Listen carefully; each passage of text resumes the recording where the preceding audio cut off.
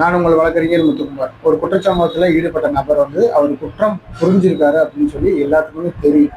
இருந்தாலும் அந்த நபர் வந்து சில மாதங்களிலேயே வந்து வெளியில வந்து உலாவுவார். அப்படி உலாவி கொண்டிருக்கும் போது அந்த பாதிக்கப்பட்ட அந்த குடும்பம், அந்த குற்றவாளியால் பாதிக்கப்பட்ட குடும்பம் என்ன ஒரு பரிதவிக்கும், ஒரு மன உளைச்சலுக்கே ஆளாகும்.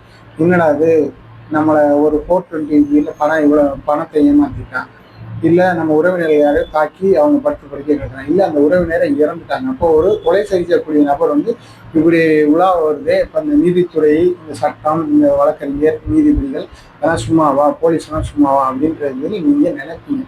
அந்த கருத்து வந்து முற்றிலும் தவறானது. அந்த மாதிரி தயவு செஞ்சு யாரும் நினைச்சிடக்கூடாது.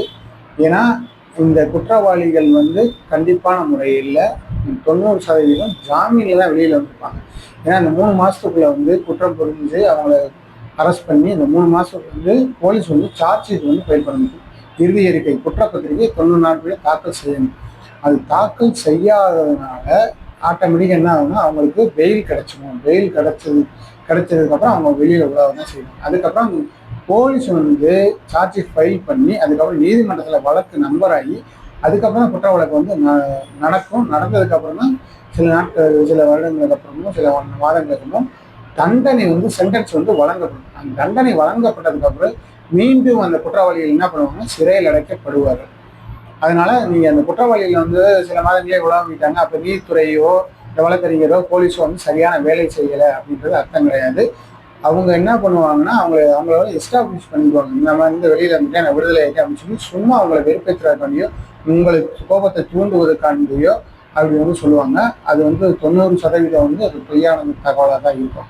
ஏன்னா வந்து விசாரணைக்கு எடுக்கிறதே பார்த்தீங்கன்னா கொஞ்சம் டிலேவாக தான் இருக்கும். ஏன்னா போலீஸ் வந்து போய் விசாரித்து எல்லா எவிடன்ஸையும் கலெக்ட் பண்ணி அந்த ஆயுதத்தை தாக்கினா அந்த ஆயுதத்தெல்லாம் ரெக்கவர் பண்ணி அதுக்கப்புறம் தான் சார்ஜ் ஷீட்டை ஃபைல் பண்ணுவாங்க. அதுக்கப்புறம் குற்ற வழக்கு ஆரம்பமாகும். அதுக்கப்புறம் பார்ட்டிகள்லாம் கூண்டில் ஏற்றி விசாரித்து அதுக்கப்புறம் தான் தண்டனையை வழங்கப்படும்.